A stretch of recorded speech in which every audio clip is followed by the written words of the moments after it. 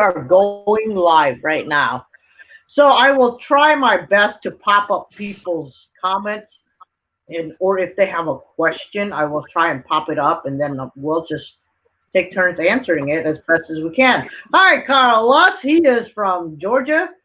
We're gonna wait for a couple more people, and then we will start at our we'll start with introductions in a little bit. But other than that, let me see here. All right. Did you post your live over at the Sky Shack? I don't think I did this time.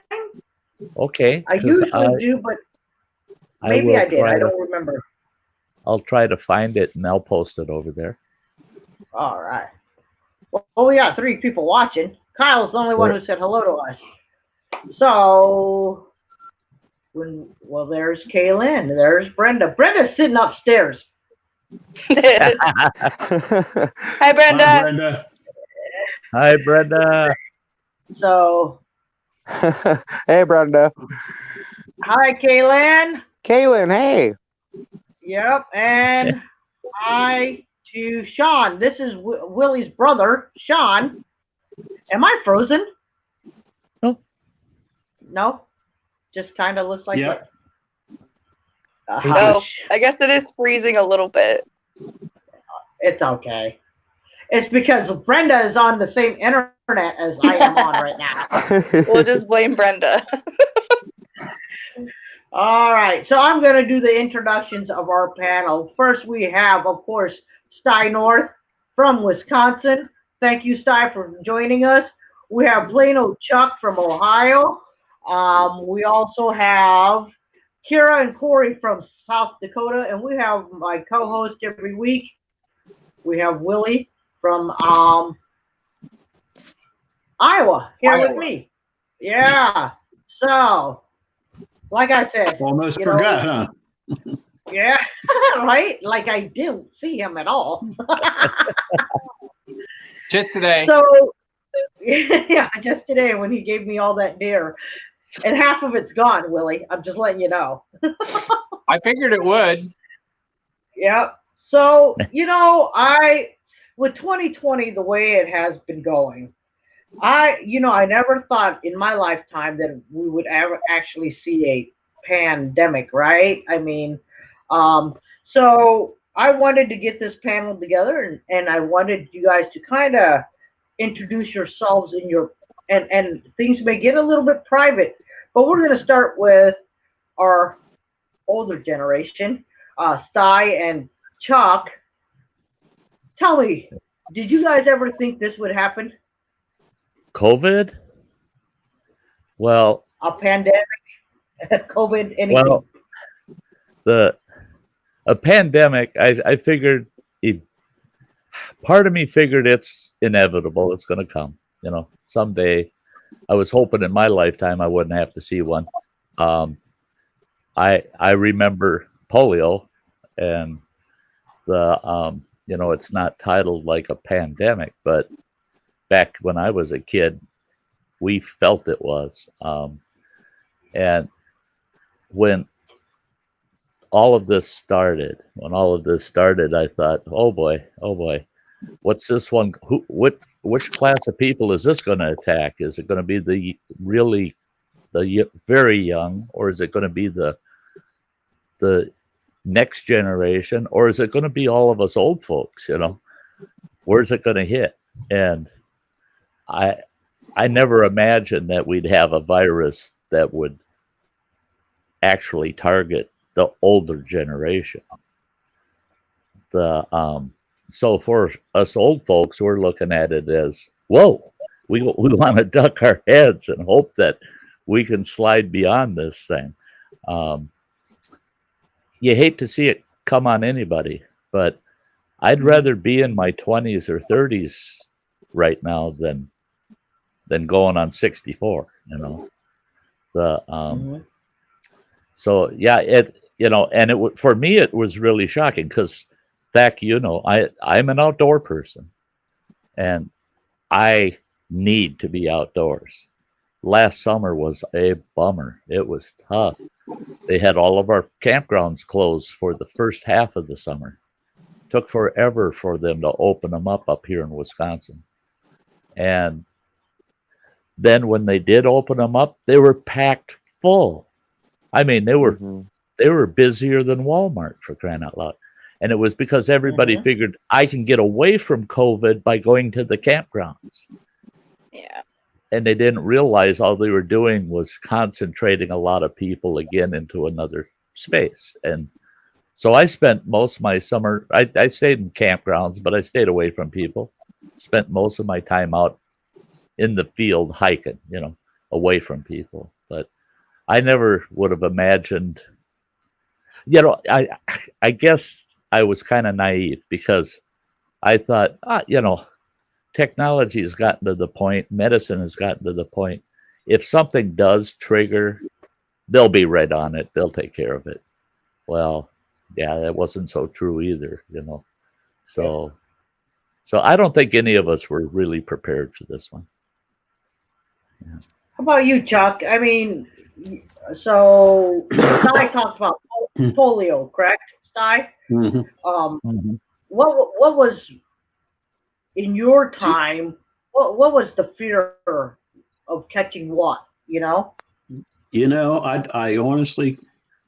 I can honestly say I never really had any fear of any kind of a medical thing like this pandemic of any sort.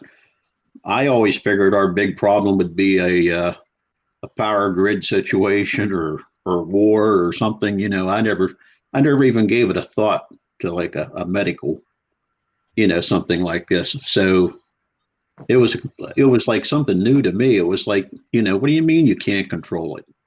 Give us a shot or something, and it just don't work. It just don't work that way, Yeah, but I think generational wise, some of us really believe it, and some of us, I think, are not really convinced yet. So, what are your thoughts, Willie? It's got a 99.6 survivability rate. Right. The flu's worse than that. Yep. I think the main thing that concerned me to start with was the unknown. Now we are where we are. I will not take the vaccine. I agree. Okay. How about you guys, agree. Kara and Corey? Well, I mean, you think about it, like the vaccine, like just like you said, just how fast it came out. Like, how did they just all of a sudden come up with a vaccine? Like, all the research they put into cancer, all the research they put into the flu, and all of a sudden they have a vaccine for COVID? It doesn't make sense. No. Because it's manufactured disease. Okay. So, I mean, that's kind of my thought on it. But Kara, what's your thought on it? Kara's gonna be quiet. I definitely think it's overblown. I think that people like to make things a panic, and that affects people way worse than even just the medical part of it. The scariest part for me, I think, is the economic, just on family level, the amount of people that have been affected by not being able to be in work. That's worse to me than I would think the actual virus is itself. Okay, Sty, you had something to say. Go ahead. Oh, I don't recall what it was. Oh, my short-term memory. But I would like to say, when I was growing up, we had measles was a big issue back when I was growing up. Well, now they got a vaccination for measles, right? But when I was growing up, and this is no kidding, people think that us old guys say this as a joke. No, we're serious. I can remember when I was 6 years old, my dad coming home from work and saying to my mother, "Oh, for crying out loud, Catchers." They were neighbors of ours. Their name were Catchers. They live about 5 houses down from us, and they got 3 kids that were the age of us kids in the house. And he says, they've got the chicken pox down there, doggone it. I overheard him tell her, and she goes, "Hey, kids, come on." "What, Ma?" "Go down and play with the Catchers." Yep. My grandma said this. My grandma told me the same story. thing. Yep. Back then, our parents would intentionally put us in contact. Same with the mumps, same with the measles. They would intentionally, they didn't isolate us from that stuff. They intentionally allowed us to get it, and they did their best to deal with the symptoms and get us through it, but so we could build those immunities. And then they didn't have to worry about us kids anymore. My kid had the measles. He ain't getting it again. My kid had the mumps. He ain't getting it again. You know, but with this pandemic, I loved what you were saying, that it's the scare and the economic damage and the social damage and the emotional damage it has done is far worse than that bug ever will be. I mean, come on. You know, I mean, I think media covers up a lot of what's actually happening in the economic system too. Oh, absolutely. Oh, yeah. Like, oh, just they're a big time. softening it. They're softening it. Oh, yeah. There's no way they want the truth out there. They're putting everybody's focus on COVID, not actually what's going on in the bigger picture. Right. Right. So, exactly. So I kind of understand what you guys are saying, but it's a little bit personal for me because I work in healthcare, so I see it. You know what I mean? But I also see how it affects certain people. You know, I know someone that's had it 3 times, or they tested positive 3 times, but they had absolutely no side effects. So they were asymptomatic. But then I've had people that actually had it, and I mean, they were seriously deathly ill. I mean, we really did get scared, you know. So I mean, I don't think that I'm necessarily negating that it's it's a hard one. It's tough. My aunt and my cousin, 2-year-old cousin who's asthmatic, has lung issues, got COVID because she's a nurse when the outbreak first started. And it's scary. It definitely is. I just think that it's become more fear and less problem solving. Yeah. Okay. I understand. Yeah. I get that too. So I don't think Chuck, you're awful quiet over there. Well, I just lost a really good friend last week to COVID, so I know it's not fake. But like I say, I understand. Yeah, I understand everybody's view on, you know, they are carrying it a bit too far, but I know it's real. Right, and that's the thing is, I don't know if anybody on the panel is a COVID denier. I'm not. No, it's a real thing. And I'm taking the advice of my doctor. I had a doctor's appointment a week ago and went through, oh boy, I tell you, it's like, it's tough just to get into the doctor. And once I got her in front of me, I told her, I said, should I get the test, the COVID test? She says, absolutely not. Because they're not doing them right at the clinic. They're doing them at testing locations, right? She says, you are not to go anywhere near a testing location. I said, why is that? And she says, it's because if you're going to contract it, that's where you're going to contract it. She says, you're remaining isolated. You're practicing the best practices. And I want you to keep doing that religiously. But I don't want you going anywhere where there could be a concentration of the virus. So stay away from those testing stations. And I said, well, when the vaccine comes out, I suppose you're going to want me to get that right away. I'm 60, going on 64. I had open heart surgery. I got a heart condition. I'm diabetic, high-end diabetic now. Yeah. But, and she goes, well, she says, guess what? Maybe in July or August or September next year, we'll talk about you getting that vaccination. And I said, why is that? She said, people don't realize that the study they did, if they tested 5,000 people out of 300 million, she says, tell you what, the results aren't in. They're not in yet. And she said, because you're high risk, as long as your health stays stable, I do not want you taking on any new vaccinations. She didn't even want me taking the regular flu shot this year.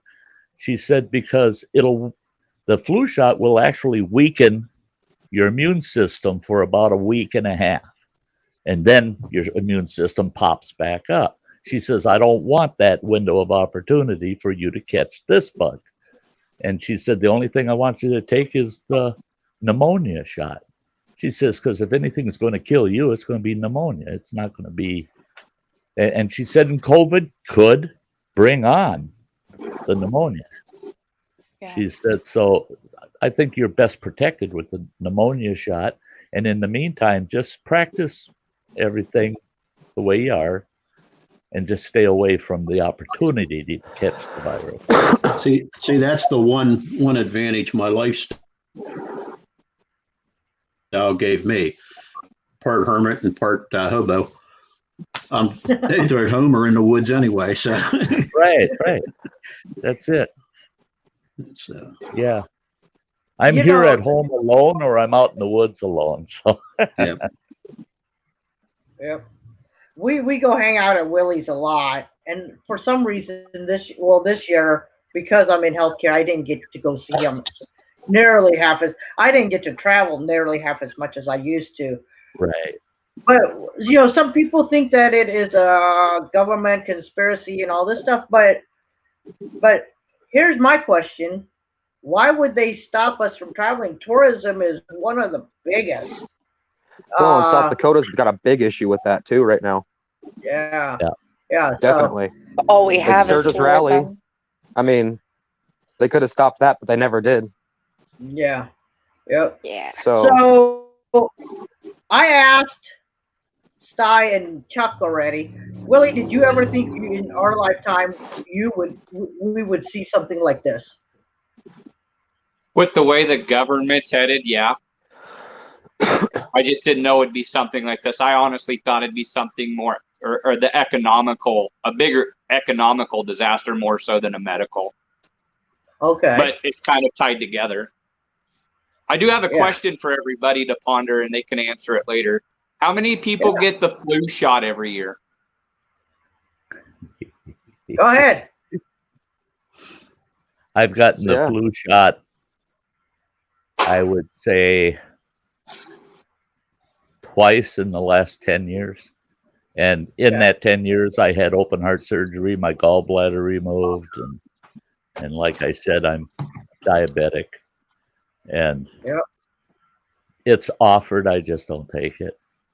And I've only had the flu once in that 10 years. And it was a year that I got the flu shot. My doctor, she kind of giggled and she says, guess what? You caught one of the 85% of the flus that aren't covered by that shot.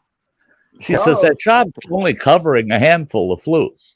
The most likely you will catch, but that doesn't mean you're not going to catch a flu. And she was right. I caught the flu. So, and she never once, when I said no flu shot, she goes, okay. And on we go. We move on.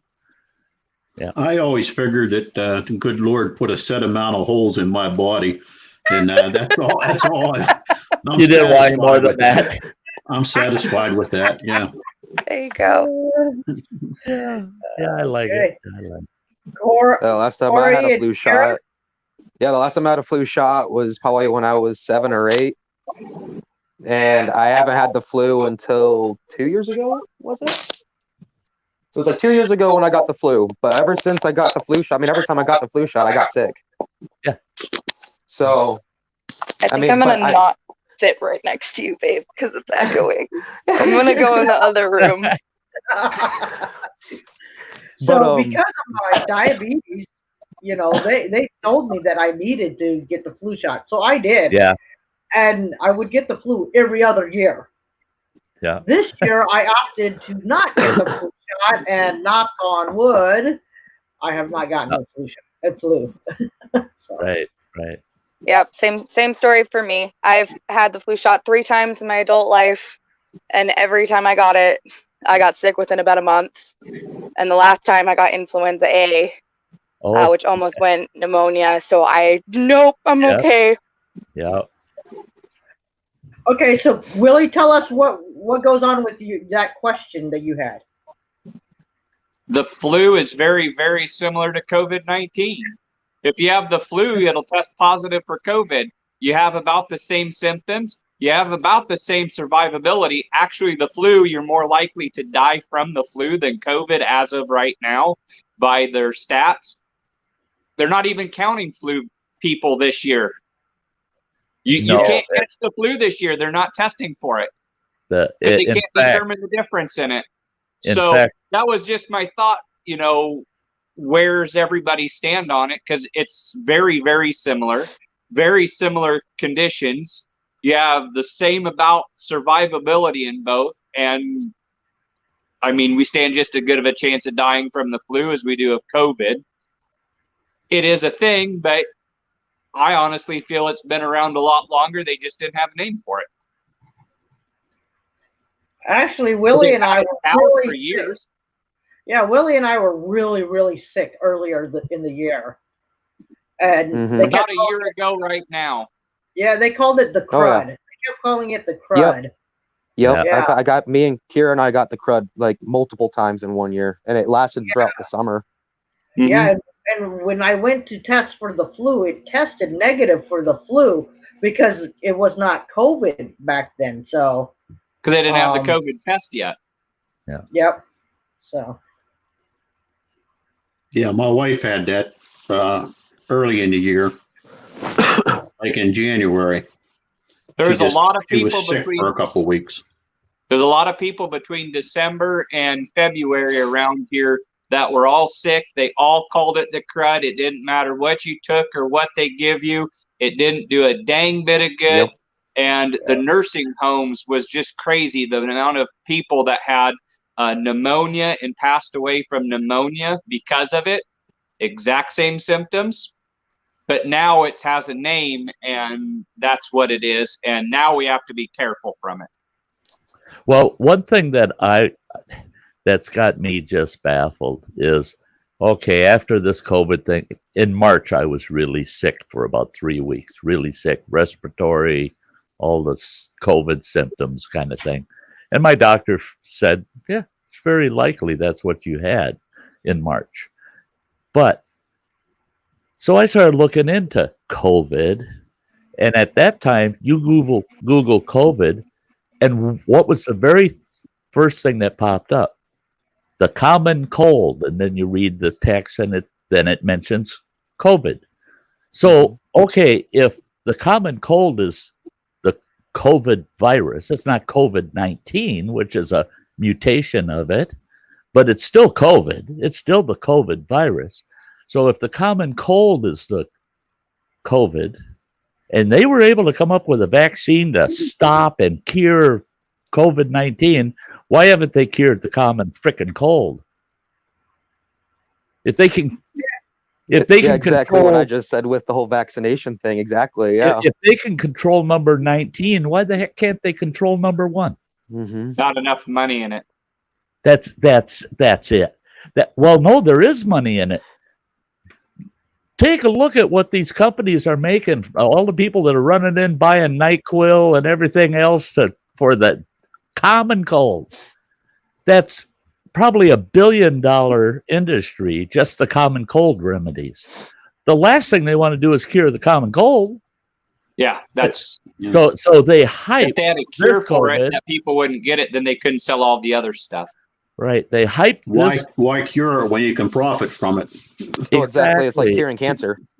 And I don't like the fact they're profiting off of COVID-19, and they are. They definitely are. And the one thing they did prove is, do we need enough respirators for XYZ?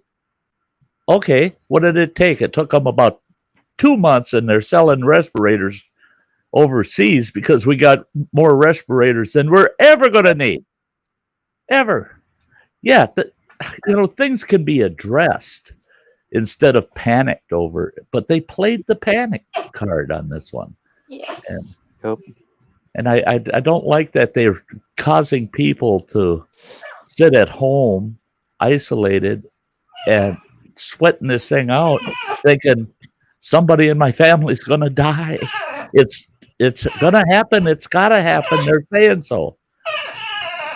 But it is happening here and there. but yeah. Someone have so a dog? Yeah, Yeah, I do.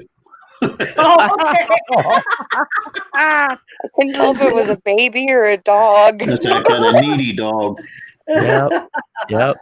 Or beans in the Dutch oven out at Camp, Chuck. So I'm gonna ask now, Karen, Corey, did you coming from your generation, what was your biggest fear, and what did you ever really think this was gonna come up? Well, I mean, like I was in biology class in high school. So when I was in biology class, you learn that like as you uncover things from the soil over time, especially with global warming and all that other stuff that occurs, as the ice caps melt, they can release things. They, old viruses, ancient viruses that have, been covered up for years. So like, there's like the story of like Tutankhamun's curse, for instance. Tutankhamun, he died of the bubonic plague or the Black Plague. And when discoverers found his tomb, they went in and opened it, and they all three died 3 days later of the bubonic plague because it was still sleeping with him in his sarcophagus, pretty much. So prehistoric viruses could still exist out there. This could be a prehistoric virus. Who knows? Like, people think, someone could have made it. Who knows? But I mean, I thought it was gonna, it was gonna happen eventually. Definitely. I mean, war could still happen. It could still, like, this could bring up an upbring of war. It could shut things down. But around South Dakota and around here, we only went through a short shutdown. Like, we still have kids in school over here. They shut down a little bit after, like, before Thanksgiving. But other than that, like, everyone's still in school. Everyone's still working. Kira's working from home. I know that her business shut everything down and moved everybody to work at home. But yeah, I was still working, definitely. Yeah, I mean, South Dakota really just didn't really seem to care, other than until after the Sturgis rally pretty much came in. After the Sturgis rally came in, and it brought so much people to South Dakota, just this side of South Dakota where I'm at. It's brought a rise, like a big rise. So, and I mean, everybody's got to get infected at some point to, technically cure the population. So, I mean, it's going to happen that everyone's going to get infected. At some point, everyone's going to get it. It's inevitable. Well, the thing was, I think it's so unknown because they said that the summer heat was gonna stop the virus, right? And then it didn't. And now it's cold and flu season, and now things are actually here in Iowa. Look at me right there. Here in Iowa, Kara's waving at you. Hi, Brenda. Hi, guys. All right, Hi. so there's Cy, Chuck and Steve. So I think we're frozen. no, we're not. We're not. Yeah. There we go. Yeah, we're not You were. frozen. You were frozen. Yeah. For a Yeah. second, God, I'm frozen with my tongue out right now. You're just real chilly, that's all. But back in my time, the scariest thing for me was the mumps. The mumps. I didn't even think chickenpox was that bad. It was the mumps. So Right. Yeah, chickenpox was. We didn't find out till many years later, when I was a young adult, that chickenpox was the cause of shingles. You know what shingles are? yeah. Oh, yeah. Yep. Oh yeah. That's caused Yeah. by chickenpox, by the way. The chickenpox virus implants itself in your spine, and it just sits there dormant until something triggers it, and then it reveals itself as shingles. So even though you've had chickenpox, later in the years, boom, you can get shingles because that chickenpox is still in your system.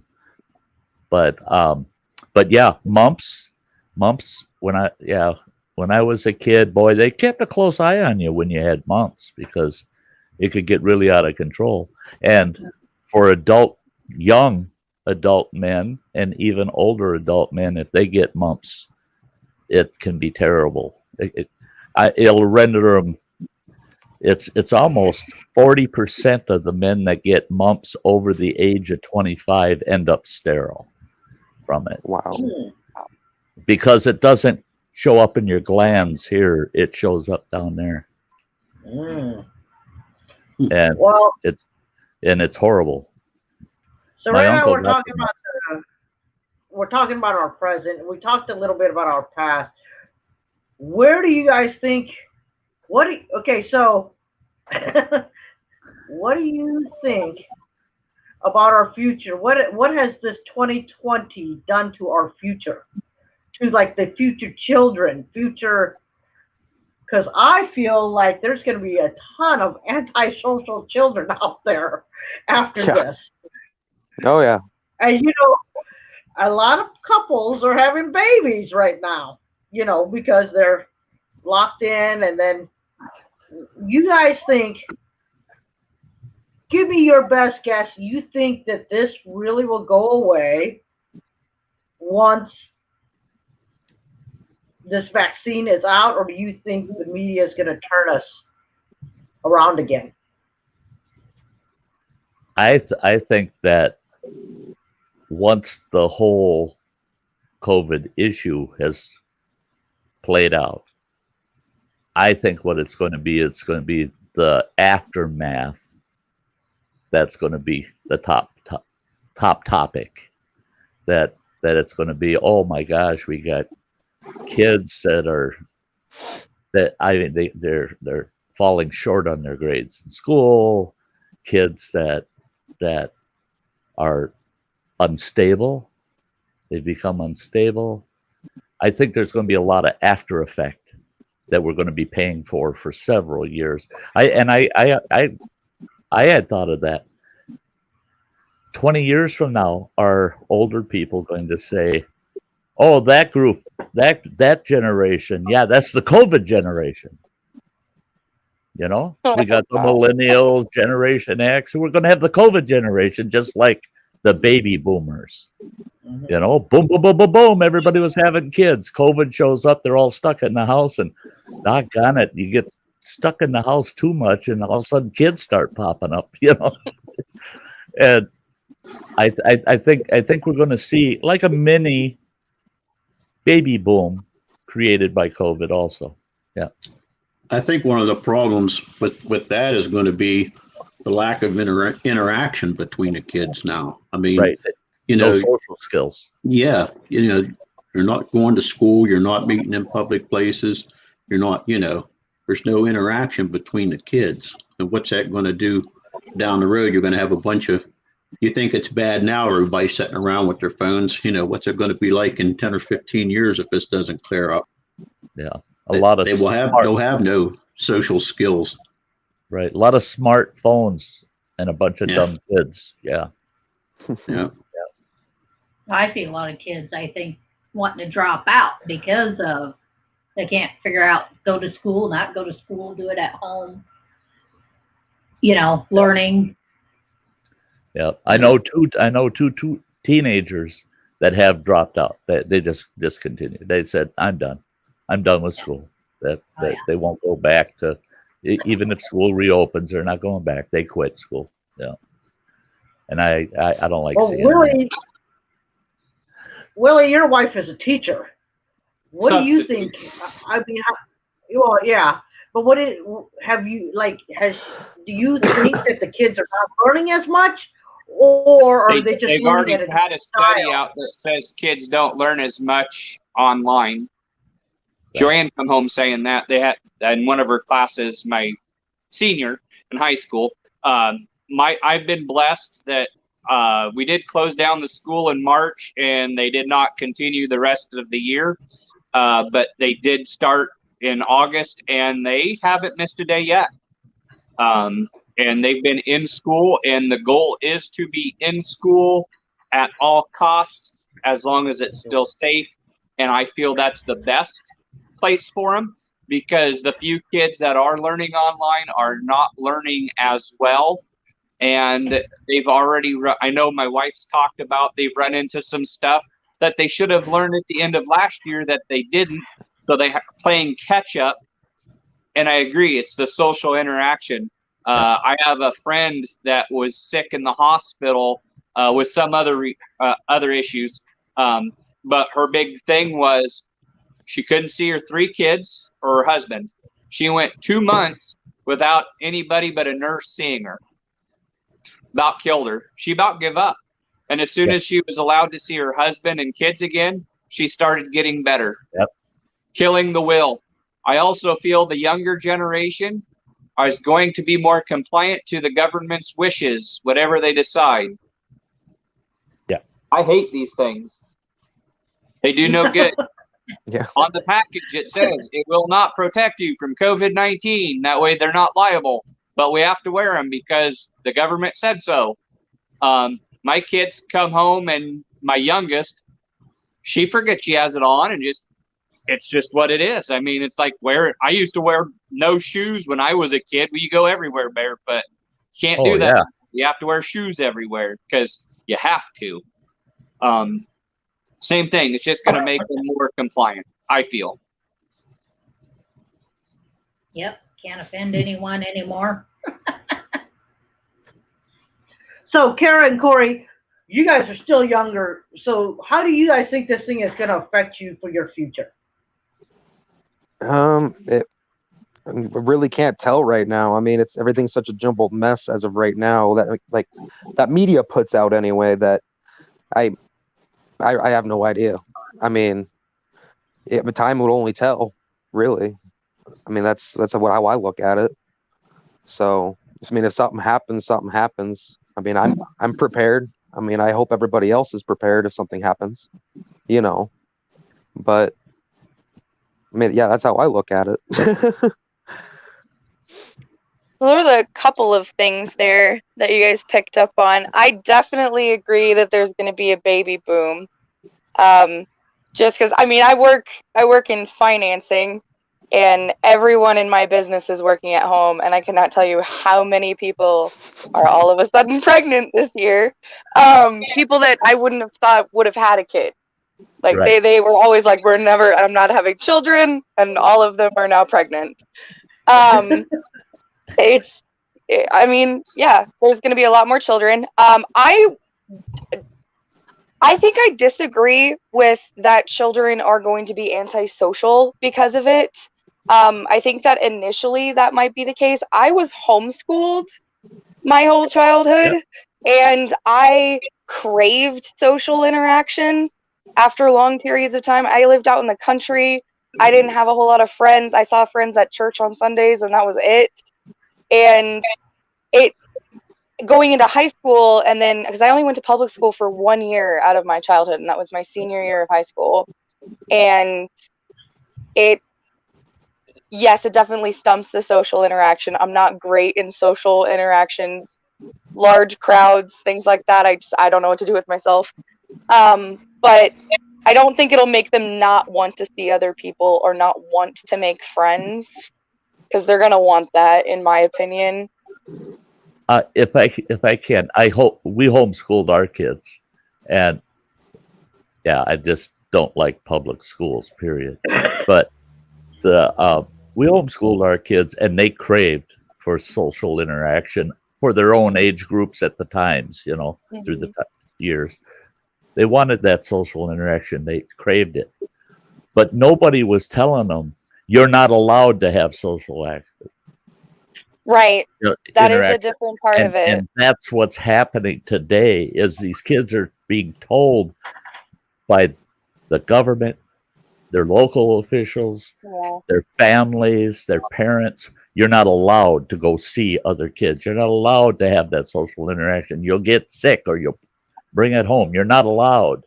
So to me, that's indoctrinating those kids into, I need to remain social distanced. And I, you know, there can be a fix to that, but why should we have to fix things that people do to our children all the time? That's, to me, that was, we put our kids in their last years of high school into the public school. all the years of homeschooling them was a breeze compared to the last couple years in high school because every single day I had to unteach them. Yes. I had to I definitely remember unteach that. everything they were misteaching my children. And Willie, your wife being a substitute teacher, God bless her, because that's the toughest teaching job in the world. Substitutes pay hell. They work harder than the full-time teacher. I mean, they go in there, they're fresh with those kids. After a while, the kids recognize, oh, the substitute. But have you ever noticed in a public school arena, they like the substitutes, their own teacher. I don't like her, But the substitute, and they stop and they listen to that substitute because it's a fresh voice, and that's the social interaction part of it. We want to hear fresh things from new people, and they're suppressing that right now, and I don't like that. And myself, I don't like that. So after everything, if it starts to go back to normal, or I guess new normal, whatever they're calling it now, do you think that fear of other people or other children, other social exchanges is going to stick? That's going to have to be taught out? I'm afraid that to a degree it will have to, because this isn't any kind of downplaying your generation or anything, but right. you two sound very exceptional. I mean, yeah, I love talking to you.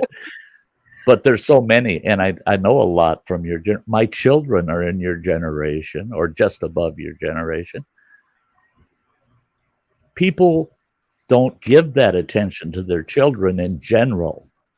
Yeah. The general population, the majority of parents they don't even have the time for their children. I mean, thank God for school, because I got to work 12 hours a day. I got no time for my kid. I got no time to interact and try to correct the things that society's doing to them. That's my fear, is us mature adults need to stop and think, how's this hurting our children, and are we willing to step up to the plate and help fix that? Because the kids can't fix it. It's going to be their parents that fix it for the kids. And I just hope and pray that that's what parents do, Yeah. Yep. Take your kids in your arms and show them the way, because those people out there, they're not showing them the way. And you're the one responsible. You made that kid, See, that was partially my point. It's there was, back in the day, people spent time with their kids and stuff, and there wasn't a whole lot of difference, But nowadays, when the parents are working and everything, and the kids are at home, the kids are at home. They're home alone, not alone, but Right. So there's a difference there. I mean, nowadays it's a lot different than it was back in the day, because of all these parents there, encouraging them and helping them along and stuff. That's not always the case nowadays. No. There's an awful lot of kids that have never heard the word no. And there's an awful lot of kids or parents that use school as daycare because it's cheaper. Yeah. And so we already are on a downhill slide before this, as far as I'm concerned. I'm kind of in a weird spot. I kind of see both sides of all this stuff, because I hear stories when my wife comes home and my 4-year-old is actually picking up horrible habits because one of the kids in the class has never been told no, has been carried down the hallway to the principal's office more than once because she wouldn't put her shoes on. Sounds like a 4-year-old. So, but the kid's never been told no. So she doesn't know how. And so this is part of the social interaction, which is mainly the reason why my daughter's in preschool this year, is because I took her to work. If my wife was working, I took her to work, or my wife's mother would watch her. My daughter's never been in daycare. She needed the social interaction. And that's what it's there for. But and it's worked well. And see, I feel like I'm weird because if kids don't have school, they go to work with me because I need help. See, I agree with that, because I grew up in a small town, kind of in the middle of nowhere in Oregon, and daycare wasn't a good thing in that town. Like you didn't go to daycare. It wasn't. There was only 2 daycares in the whole town, and it was not well maintained at all. So moving into like bigger towns throughout my life and going to different parts of the U.S. There's obviously good daycares out there. I'm not bashing daycare at all. I'm just in my personal. I don't want to have a kid if I have to have somebody else raise them for me. And at this point in my life, I would have to have somebody else raise them for me. And I don't think that's a viewpoint a lot of people have.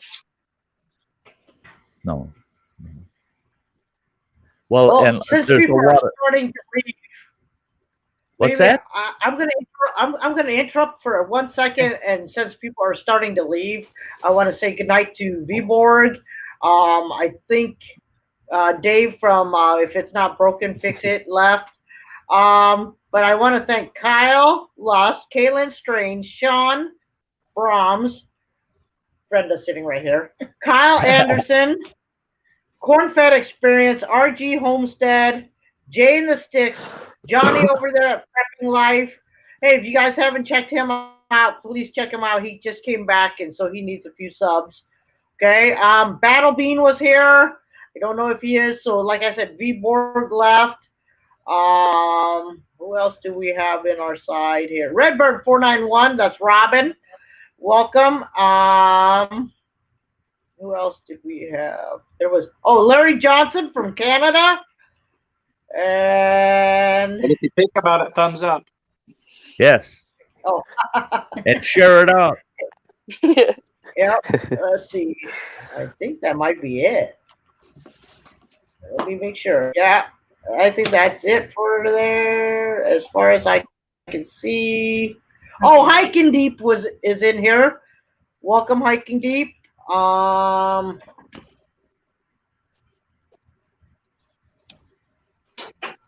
Running water. CR said hi, Corey. Oh, hey, CR. All right, so there we go. Yeah. And CR just showed up. So Yeah. Good to see you, CR. Great to see you. And everybody else too. So, all right. Yep, CR is from Canada. But you know, so we had talked that things have changed. Tell me. Now we're gonna go backwards, and we're gonna start with the younger people and go to the older people this time. What did you do as a child that you heard about from your parents that doesn't happen anymore? What do you guys think? What do you think is the big difference between your generation when you guys were growing up learning about life than what they did?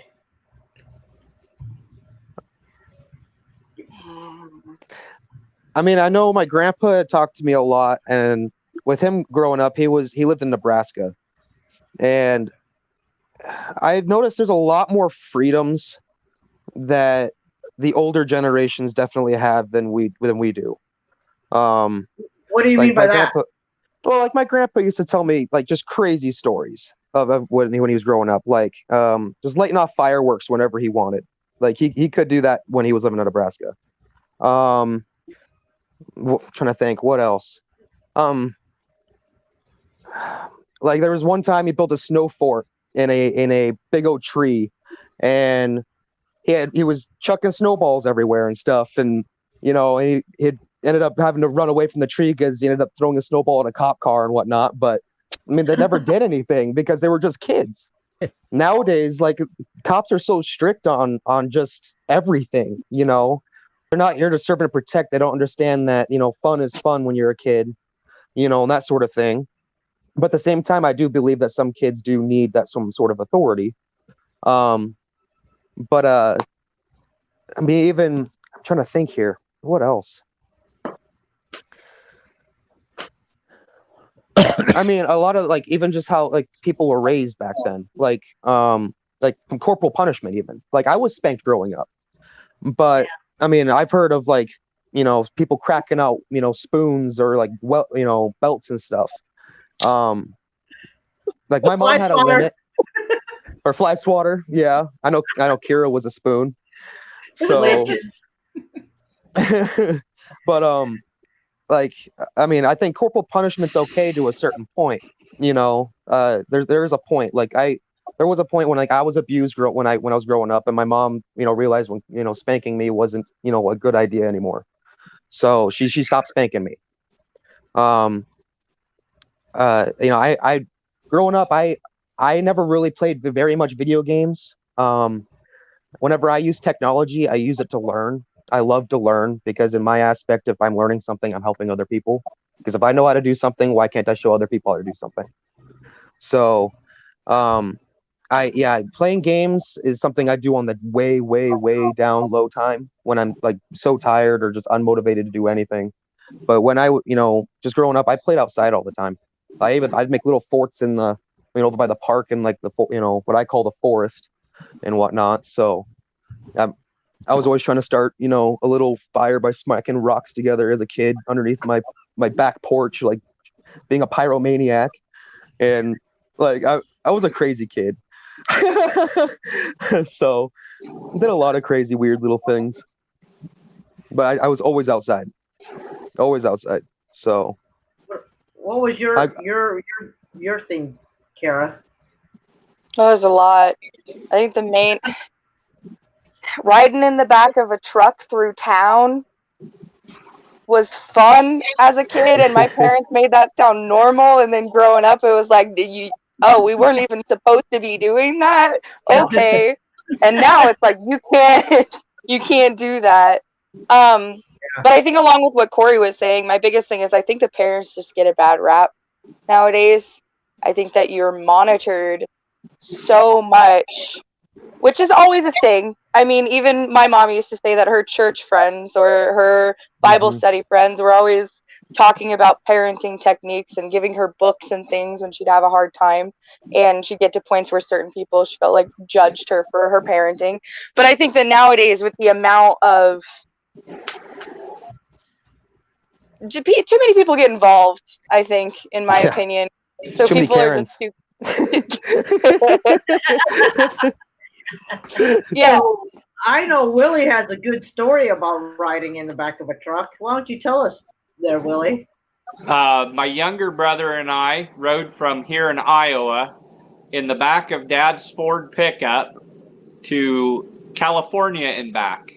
Wow. They had the topper on it, and we laid. Cool. They had a piece of plywood across the top of the box rail in the topper, and we laid on a mattress on our bellies across from Iowa to California to the ocean and back. Wow. And it was just what you did.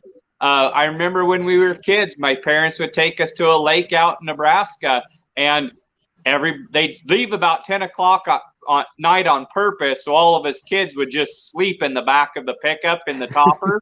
So they didn't have to deal with us getting out there. They'd feed us supper, put us in our pajamas, and go on vacation. And then we'd wake up in the morning there, and you can't do that now. We drank from a hose. Kids don't even do that anymore. You got to have it in a bottle. You can't drink water. Yeah. I consider Kira and I to be the black sheep of our generation, just because, I mean, I was raised by my grandparents and as well as my mom. So I was raised pretty old school, as old school as it could get modernly. So, I mean, that's how I kind of look at it. We're not a very good choice for our age group tag. Let's bring young people in here, Corey, and are like, we're old people. Like, I mean, I never got along with the kids in school, right? Like, I sat alone at lunch every day, other than when I met Kira in school. I mean, she always saw me sitting with all my ex-girlfriends and whatnot, or all the girlies who had a crush on me. I was sitting by myself. But I mean, in essence, I wanted to sit by myself, and everybody who was sitting with me who I wasn't really wanting to affiliate with, kept sitting with me. Even other than, everybody else just kind of left me be. Like, I was me. And my theory on kids are mean. They're straight up mean. I don't like my schoolmates. Like if my 10-year anniversary for high school comes up, I'm not going. I mean, I wish I could have dropped out of high school, but I didn't because I put the hard work in for my diploma. So that's how I looked at it, and I made my mom proud with that. My other siblings, they all dropped out, but they got their GED on online schooling. They put in their work for that. Yeah. And I think that's when online schooling works, is when you have the motivation to get it done. You're doing it on your terms. Well, and my mom, she was paying for it, and she said, you are going to do this, and you're not going to quit. Like, that's one of my mom's rules was, if you're going to do something, you're not going to quit. So, like, I was in basketball, and towards the end, I was in my second season of basketball when I was in 5th or 4th grade. And I started to not like it, towards the middle of it, and I wanted to stop. But my mom said, you're in the middle of it. You can't stop. So I finished it out because that was my responsibility, was to finish it out, because I said I wanted to be in it. So, I mean, it's a lot of, to me, it's a lot of hard work. So, my biggest memory is always playing in the creek, building these little dams. Well, Kieran, I still do that when we go camping. Anymore. I don't see that. Well, we see it from people that have done it, but I don't see it nowadays doing it anymore. Right. But in a way, I'm kind of glad. Kids aren't allowed to get dirty. Well, like my little brother, he's 7 years younger than me, and he hops in that. He's all shirtless and shorts, like going commando, sitting there, freaking getting all in the water, moving rocks around and making dams. Like, he loves it. So. Well, I didn't realize that my dam on my creek was actually run off from the nursing home. All right, Chuck, that's why I'm immune to everything. There you go. Yeah. Chuck, what is a fond memory for you doing something that you don't see kids do nowadays that you wish kids would do? I don't know that I wish they would do it now, but the big thing with me was I can remember when I was young, or we would get up and get on our bikes and we'd go. And I don't know if my parents checked on me or not, but we knew to come home at night, and it was a different world then. It was, we'd ride down to the river and go fishing all day, and come back at night, but nobody cared as long as you was back home. They'd probably come looking for you if you weren't home for supper. But that's the thing nowadays. I mean, kids, everything is so regimented, take me to soccer practice and be there to pick me up and do this and do that. When I was in school, if I played any sports or anything, I walked there and I walked home after practice. I mean, I don't care if it was dark or whatever, you walked home. I mean, nowadays it's just a different world. I don't know if you could trust kids to do those kind of things. I mean, we spent all day up in the woods, just swinging on vines and building forts and doing whatever. And our kids nowadays, at least around here, you could walk around all day in the woods. You won't see any kids in there. It's just a different world. I'd like to see more. Oh, go ahead. Go ahead. No, go ahead. I just going to say I'd like to see more kids get involved in stuff like that. I mean, on their own a little bit. I mean, they have to be supervised, of course. I'm not talking about 4-year-olds, but no, we were probably 10 or 11 years old, and we was gone all day. I mean, Yeah. Well, with me, just for a little tiny backstory, I grew up as the youngest kid out of 4 with a father that was the chief of police of our community. And guess who the trouble kid was in the town? Oops. The preacher's kid and you? It's always the preacher's kid and the chief of police's kid. Our preacher didn't have any kids, so yeah, I was a loner. But I think back when I was growing up, when they'd come through and they'd spray fresh hot tar on the streets, us kids, we'd run out there, man, run up to that tar truck, get yourself a big old handful of fresh tar coming out of it, and hotter than heck. And you just toss it around until it starts cooling off and start chewing it like gum. Man, that was the best. Oh, God, that fuel oil taste, everything. Oh, God, that was good. And we had the whitest teeth in the world chewing that tar, I tell you. That sounds That horrible. sounds so gross. It sounds It horrible, does. but all of us did it. All of us did it. We ate the tar off of the. Well, you didn't eat it. You didn't swallow it. You chewed it till it didn't taste good. Spit it out. Take another bite. But you know, those are and drink it out of a garden hose, like Willie was saying. I tell you what, this is no kidding. Right here in the city of Ashland, Wisconsin, at our elementary school, I was a volunteer on their EMS. I drove an ambulance, and we get a call to get to the school. You know, we panic every time we get a call. Our adrenaline's just peaked when we get in that ambulance. We get to the school. Oh my gosh! Oh my gosh! I had a paramedic on board, not just not. Usually it's 2 EMTs. We got a paramedic today. You know, I thought, well, it's bad. They got a paramedic on board. We get there and find out some teacher panicked because she's seen this 8-year-old kid drink out of the faucet that was on the side of the school. What? And I thought, oh my God, if she would have seen some of the water I drank when I was growing up, she would have planned my funeral. I'm sure no of it. kidding. It's like, yeah. And we were so upset because the fire department refused to build the school. I told them, you have to build a school for that ambulance call. You do not build that kid's family. Don't do it. You build that school for it, because that was absolutely ridiculous. Now, as an ambulance driver in this era, you wouldn't believe how many ambulance trips I've made with people. Well, I got this ache here in my back. I got this ache here in my back. I got this bloody nose and it won't stop. How long's it been bleeding?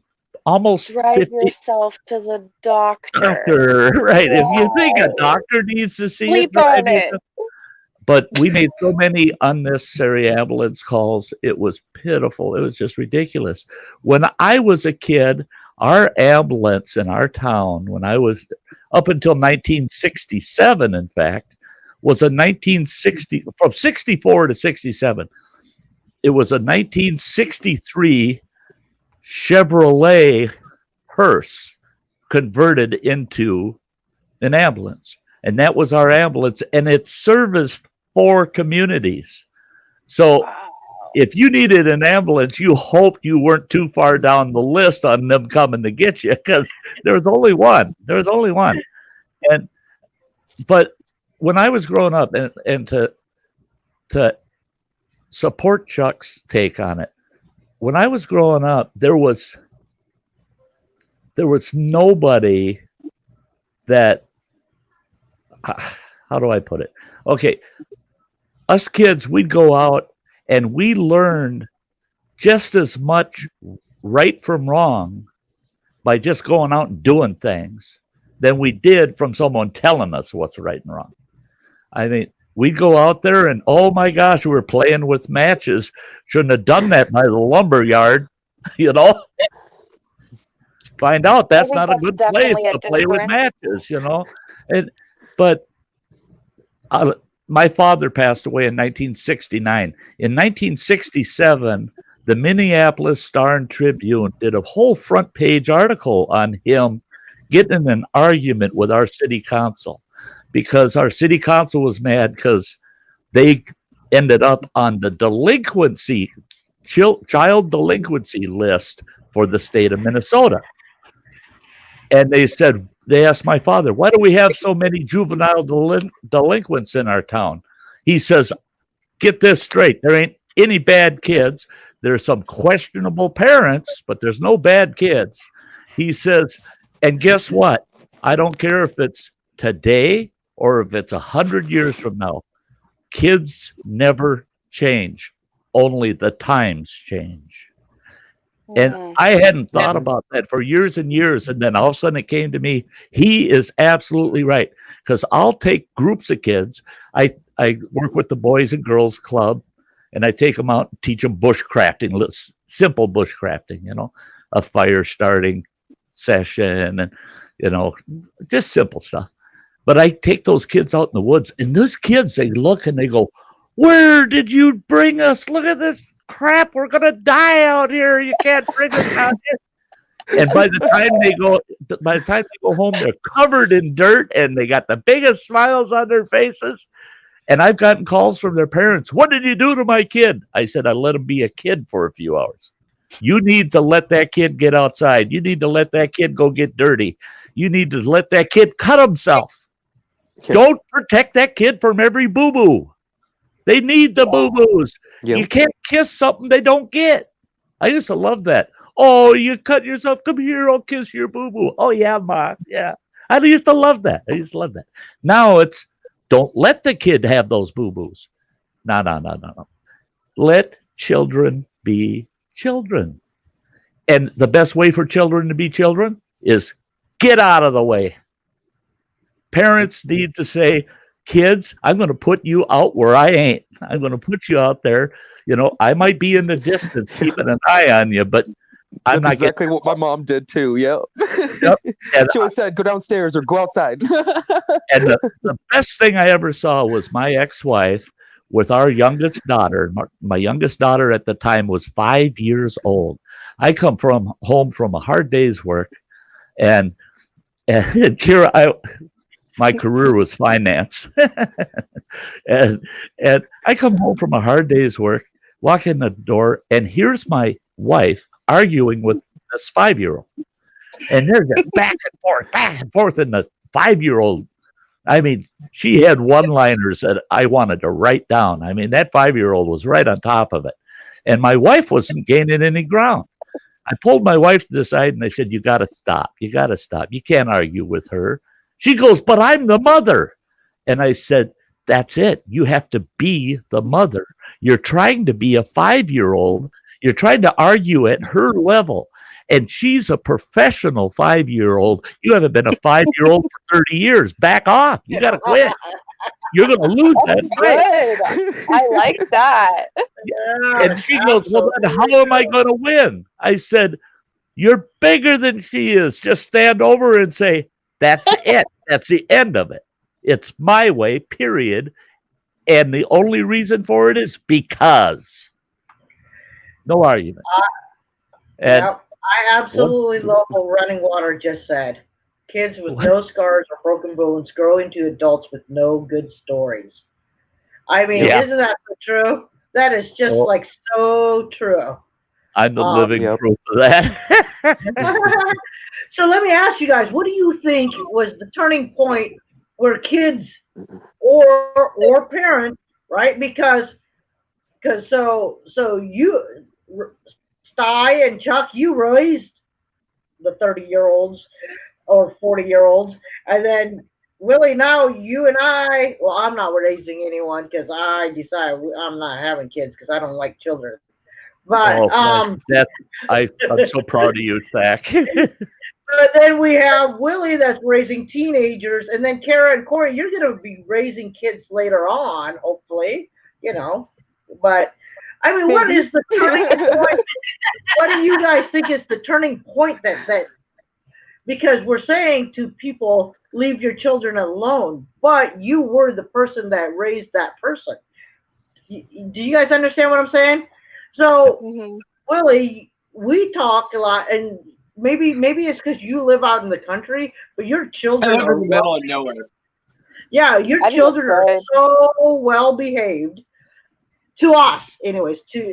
So they're very respectful to us, and they actually are out there in the woods with us, except for your oldest daughter. But your son is out there with us and stuff like that. So what do you think is the turning point for some of the children out there? Is it the parents? Is it politicians telling the parents, the media? What do you think, Willie? I personally feel part of it is parenting. I do know an awful lot of parents that don't allow I have kids my age. When I was a kid, they weren't allowed to go get dirty. My mom would hate it when we come back from the creek. We were banned from the creek more than once, and we always made it to the creek. And it's half-mile down the road, and we were in that sucker, and I'd walk it for miles both ways. I'm still alive. We had a couple sketchy moments, but we're still here. Stories. But I know kids my age that weren't allowed to get dirty. Well, of course, they're going to tell their kids, you can't get dirty. So then if you're not getting dirty, they're not going outside and learning. And like everybody else was saying, getting out and doing stuff and learning and all of that. They just don't get that anymore. They babysit with the TV. They babysit with computer games. My 4-year-old goes to my mother-in-law's house, and the first thing she wants is an iPad or a phone. She doesn't get that at home. Okay. But that's the first thing she wants. But we lose Nora at the orchard. I'm probably will get yelled at, but my 4-year-old, or 5, she just turned 5. We lose her at the orchard. She knows where she's at. She goes out and plays with the animals. She goes on hay rides with people and tells them everything about the place. I hope it's all relatively close. I have no idea what she says, but all the parents just say she is so awesome and wonderful. She goes and plays in the sand pile. She goes and digs dirt in the garden. I can't keep track of her because I have to work, but we haven't lost her yet. But we don't know where she's at, Mark. So. I love it. I love it. I almost feel like it's been gradual. And I don't know if it, because I mean, even like Corey and I, we're less than a year apart in age, but our childhoods were very different. I was micromanaged as a child. I got to play outside for a couple of years when we did live in the country, but it was always within eyesight, which wasn't very far. And so the idea of being able to go out of eyesight to the creek or anything like that was kind of like there had to be an adult. Whereas with Corey, there was a little bit more trust involved when he got to a certain age with his mom. I am the oldest, and he's also the oldest. And most people are more careful with their older children, but my parents were like that with all 4 of us. So I think it is gradual, and it does depend on the parenting because I don't know if it's any one generation. I think it just over time. Do you think it's because you're a woman? Do you think it's because you're a woman? When we lived in town, that's definitely the case because I know my brother got to do a lot more things than I could because my dad was very protective of me going anywhere by myself or walking anywhere. And my brother could, but not completely because my parents were pretty close-knit on all of us. Very little more so with the girls, but it was still, compared to a lot of children that I grew up with, I would have killed to be able to go play with. Yeah. To me, I think it was actually the media, right? Because I believe that there were perverts and child abuse way back, but we didn't know about it. Right. We didn't know about it. Then all of a sudden, the media is telling us about it, right? Then people started being scared, because the media says there's now the media tells you exactly where that pedophile is, So now people are scared all the time. That's the way I see it. And I don't think it's the parents' fault. You know what I mean? I don't think it's the parents' fault.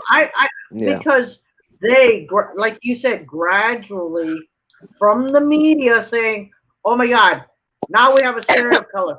We've always had serial killers, I believe, We've always had serial killers. But the media is now telling us more about it. Same with, right? Maybe this COVID thing wouldn't have gotten so scared if we didn't really know about it that much, but then the media told us about it. So everything, right? So before people would vote for a president because they would research it, but now the media tells us about it. You know what I mean?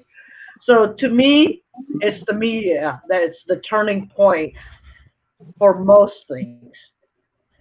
I don't blame the politicians. I think even politicians are ran by the media, right? The media tells them they need to be politically correct. The media tells them this or that. You can do all the great things you want, but the media puts one bad thing about you out there, it's over. You know what I'm saying? So to me, that's what's the turning point. Chuck, what do you think was the turning point? Well, like back in the day, the only time you heard about something going on was in your local paper. You know, you didn't. You know, you get up in the morning and you watch the news and you think, "Oh my goodness, there was 17 kids kidnapped and this and that." One in Colorado, one in California, one in New Jersey, and one, and you think, oh boy, it's something big going on. But it's scattered all, you get your news from all over the world now. It's not just your local, maybe nothing happened in your area. Maybe you're innocent. You don't know that if you listen to the media, because all you hear is about 15 kids getting abducted or this and that, and everything. It's just so widespread now. You get your news from all over. And I think that's a big difference. What do you think, Cy? I have to agree a lot with Chuck on that issue. When I was growing up, when I was a teenager, even as a young adult, we didn't have the internet. We didn't have, and we didn't. You had world news at 6 o'clock in the evening, and they'd tell you what's happening in the world all over the place. And one thing my grandfather used to always say when the world news would come on, he'd say, God, I wish they'd replace that with the Flintstones or something. And we'd ask him, well, why? And he goes, because that's none of our business. That's none of our business. He says, I don't need that to bring me down at the end of the day. I don't need to hear everybody else's bad news. He says, that ain't going on here in town here, so I don't need to hear it. And I had to get older to start realizing, and I do it today. I watch news and they say, oh, there was a mass shooting at such a mall. I never knew what a mass shooting was until the media started using that term, right? And they say, well, if it's 3 or more, it's a mass shooting. Well, we never had mass shootings when I was growing up. You never heard of any such thing like that. The only mass shooting we ever heard of was the St. Valentine's Massacre with Al Capone and the rival Irish gang. That was, and we all said that's criminals killing criminals. So, yeah. But nowadays, all you get are things that are happening elsewhere. Now, like with you folks that live in Iowa and South Dakota, up here in northern Wisconsin, over in Ohio, where we live, those things aren't happening every day. They don't happen all the time. But do you hear it every day? Yes, you do. But it's somewhere else. So why do we sit here and go, oh my God, the world is collapsing? We got to keep our kids hid. We got to keep them isolated. We got to protect them. But they're not all out here. I think to a degree, we've gotten to where we're allowed to know too much. There's things we just don't need to know. We just don't need to deal with that personally in our personal lives. And a turning point to me was it started, and it's still continuing. It started in the late 60s, early 70s. The love period, the old hippies. Respect, simple respect has been degraded since then. And it keeps degrading. I see it every year. A little less respect, a little less, a little less. And it's accepted to be disrespectful. I can't accept that. I got in an argument with a psychology professor when I was in college because she said, well, this less respect that you're seeing is becoming a norm. I said it's never going to be normal in the history of mankind. It'll never be normal for a person to intentionally disrespect someone.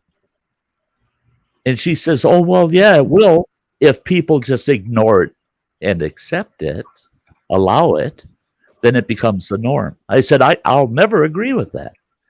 Just because everybody starts disrespecting everybody doesn't make it normal.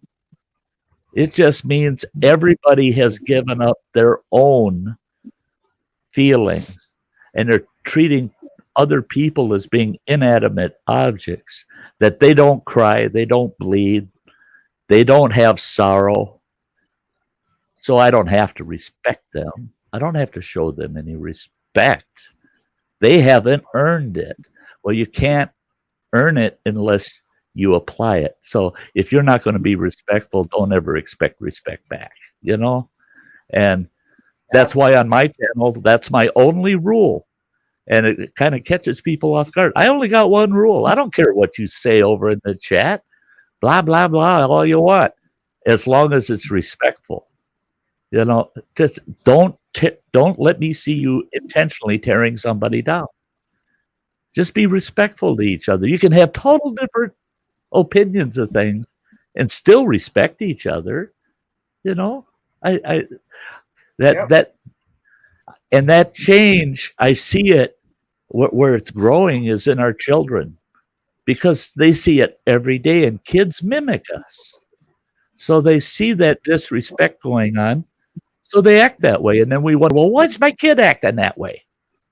Well, look at the world they're living in. I mean, when people in the world start respecting each other, your kids will start respecting each other also. It's, you know, to me, I'm kind of glad that I'm in the winter of my life, because I think it's a long, hard haul for you folks in your generation. And if I could do anything for anybody here, I'd grab that clock and crank it back to about 1967. And you'd all be happy.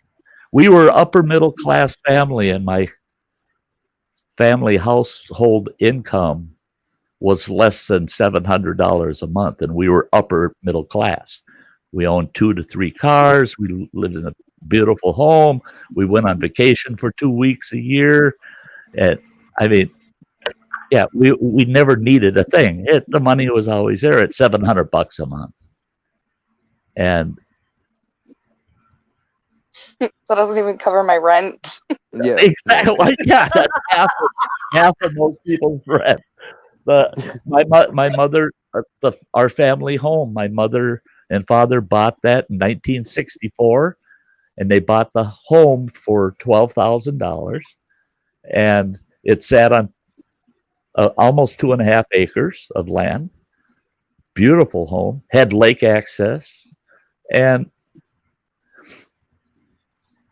their monthly payments, which included taxes and insurance on the home, was $82 a month. Wow. That's their mortgage with taxes and insurance in 1964. And when my mother passed away, the home appraised for $298,000. And so, yeah, what you guys have in the future, coming in the future, for me in the future, I get the heartache of seeing you guys have to deal with it. I had some college students approach me the other day downtown, and they oddly enough, you've seen me smoking. I smoke like a chimney. That's my last bad habit, doggone it. And I've smoked for over 50 years. I'm sorry, I can't quit. Sorry, just can't do it. But I had a couple of these college students that, they're protesting about pollution and stuff. And they pointed me out and they said, you need to quit smoking. You know how much the carbon footprint, blah, blah. And I turned around and I said, it doesn't make me feel good to say this, but I said, it's the truth. For the few years I'm going to live, deal with it, because it's going to be your problem, not mine. I'm not going to be here. So you deal with it. You're going to have to put up with me for the next few years. It's just because it's the truth. If I quit smoking today, do you think I might affect the future 1,500 years from now? But none of us are going to enjoy that. So if I was 40 and they threw that argument at me, it might make sense, but today, people don't stop and think. I feel, and the media is the worst with, they start these trends and they don't even think about the long-term effects they're having on society. And by the way, folks, that running water you see out there in the chat, Thack is thrown up on the screen. That's my oldest son. So I'm telling you the truth. He has no problem saying, "Watch it, old man. You're lying. You're lying." He has no problem. So I got to tell you the truth. Okay, so here's one question. I think we all want a better world, right? We all want our children to be more respectful. We want all our children to be to not be brats, whatever, right? Tell me what you think it's gonna take. What do you think it's gonna take, Kira and Corey, for you to change your kids into not being brats? Again, you're asking the wrong people.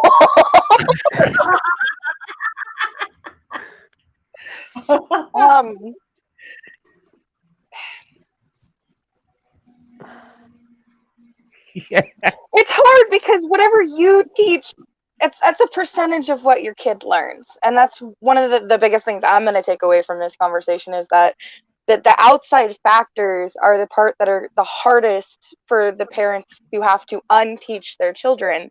And that's the part that terrifies me as somebody who could be a mother someday is how do you unteach all of that when my entire personality is just basic common decency? It doesn't matter how old the child is.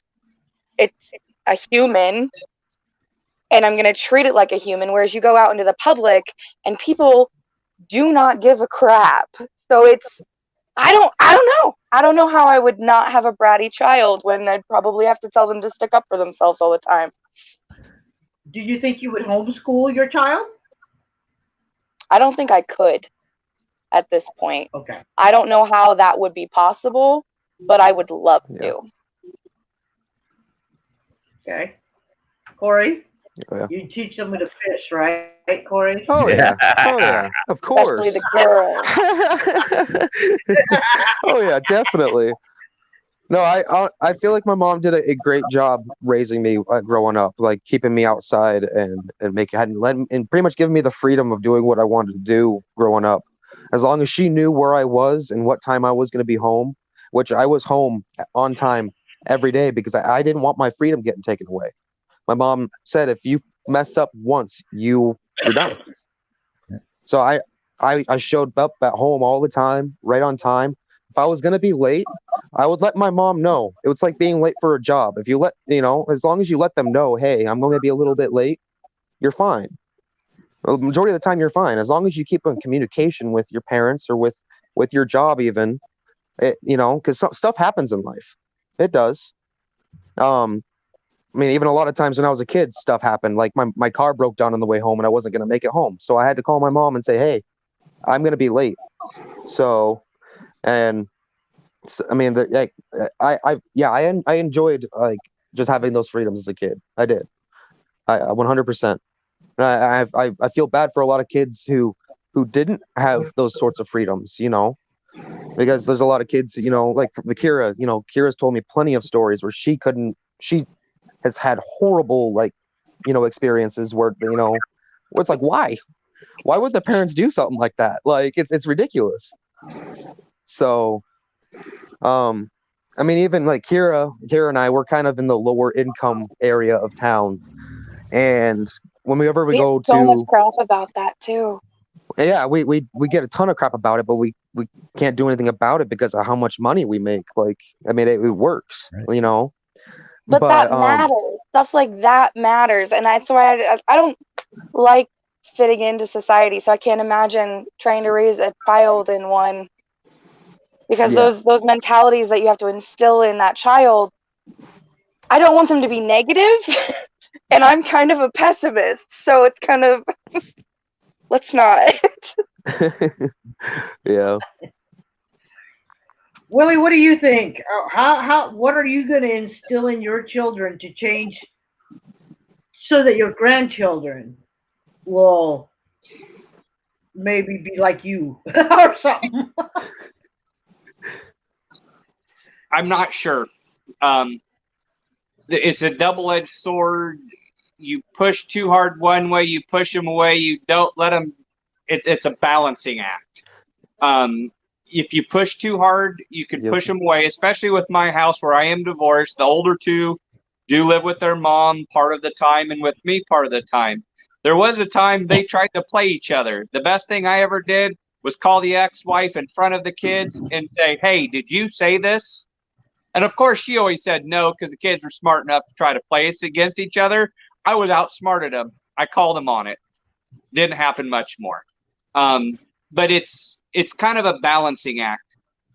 If you push too hard, they definitely, and every kid's different.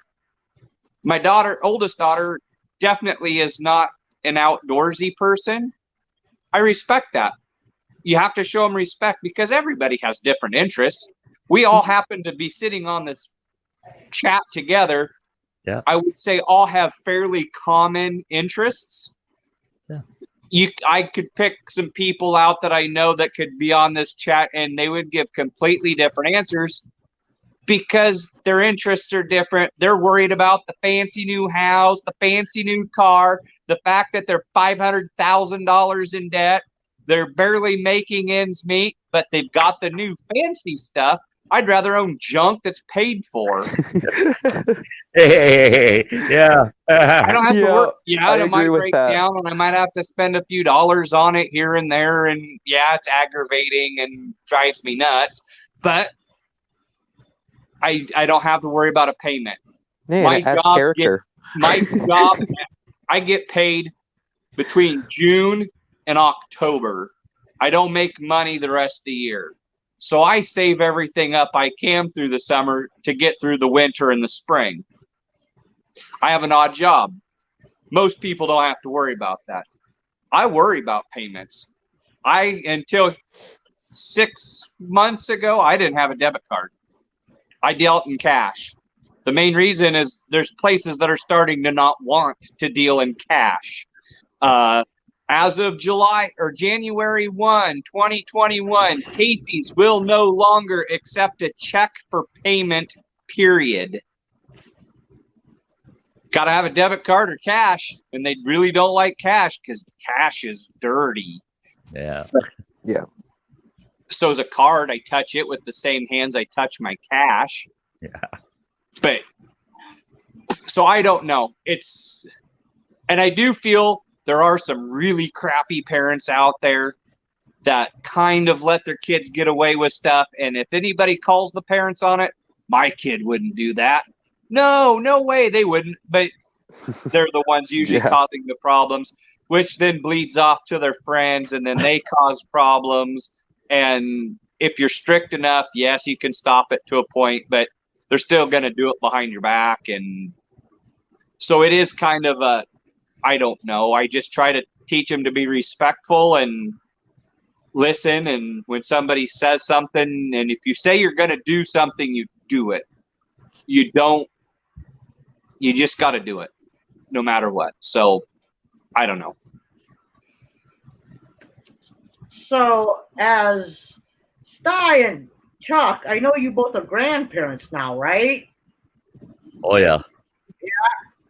So, and a lot of times I know that, so you already have raised your children, and then, most kids are like, those are my kids, I will raise them. But what would be your biggest advice to your children on how to raise your grandchildren? What so that you can help change that next generation? Well, I've got 4 children, and 2 boys, 2 girls, and the oldest boy, he's out here in the chat running water, and he was married at one time, has 2 children, 2 wonderful children, and now he's been divorced for quite a while, and he drives over the road truck. He stays in touch with his kids. Everything's cool there. They got a good relationship going, and my oldest daughter, yeah, you talk about grandkids. Okay. So there's 2 of my grandkids through running water.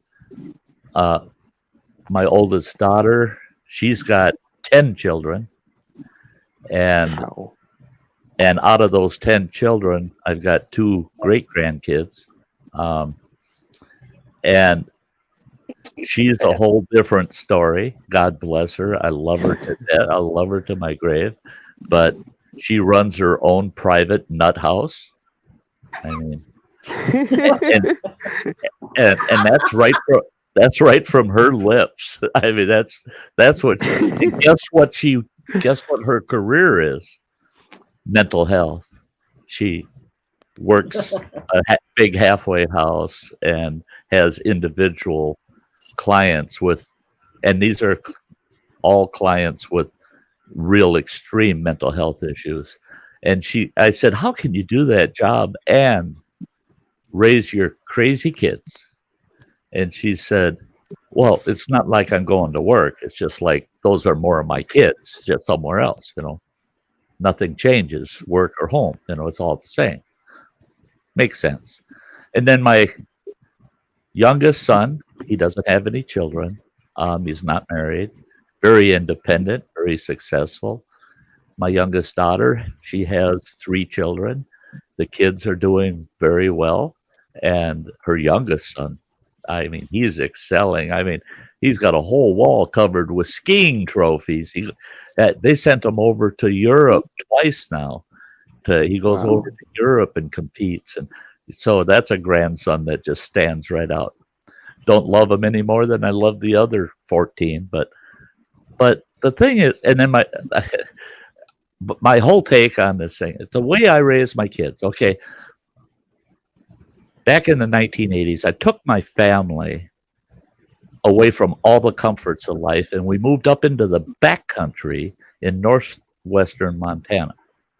And we spent a year living off-grid, and we homeschooled them during that whole year. But we lived purely rustic. We never had electricity, we had running water. My oldest boy, he got that nickname from us living up there. If we needed water in the cabin, it was, hey, running water, because he's our running water. He'd run out and get water, bring it in. He would also flush the toilet, by the way. If I yelled flush the toilet, he'd jump up and go grab the bucket and take it out, But anyway, my ex-wife and I, we just couldn't agree on the upbringing of our kids. How are we going to mold them into being successful, stable people, respectful people? And then the light finally came on. We realized, no. The best we can do is try to teach them through example. Just teach them through example, and they will come of age, and they will become themselves. They're not going to become us. They're going to become themselves. They're independent and their own adult independent lives. And they're going to raise their children their way. And you hope that some of the things they saw growing up, they can apply to raising their own children. You hope that that'll carry on by generation after generation. And I think my children have been successful in passing that on to my grandchildren, the way they treat their grandchildren. And I think the key to it is to raising a child is to teach that child that child is going to have to be independent someday. But in the meantime, I'm here. If you need me, you go out in the world and those people are jerks and they're beating on you. They're being mean to you. Guess what? You can always come back here You know, I'll always be here. And I tell them that today. My adult children, my youngest one, I think, it just turned 40. So at Running Water's 44 years old. And all my kids, all four of my kids know their lives are their lives. They're not mine. They're belong to them. But when their life gets so tough that they just, boy, nobody out there seems to want to listen or hear the troubles they have. I'm here. I've been here since the day you were born. I'll still be here. That'll give your kids the confidence to go out there and make that struggle through life, knowing they always got somewhere to fall back on.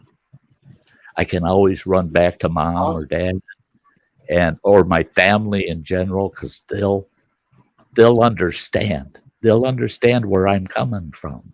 And I think that's very important. And no matter what the times, how they change or whatever, the fiber of the family is really can't be lost. So teach that in your kids. You can always come back to the family. Always come back to the family. That's your anchor in life, is that you can go back to your family. You know, that's about all I got to say. All right, Chuck, your turn. Well, I have to say I'm pretty lucky. I've got two kids, a son and a daughter, and they're both like 40 and 38, and 3 grandchildren. And my daughter doesn't have any kids, but my son has three daughters, and they seem to be doing really good. I'm really proud of the way they're handling their lives. They're both independent. They both, they stop by when they have a problem, and that they're always welcome when they have a problem. My son lives 5 minutes down the road. My daughter's a couple hours away. But the one thing I would like to see change, and a lot of you will probably disagree with this, is in the future, I'd like to see a little more compromise. I think we've lost any middle ground anymore. You're either extreme right, extreme left, extreme this, extreme that. There's no in between. There's no compromise. Nobody wants to find middle ground anymore.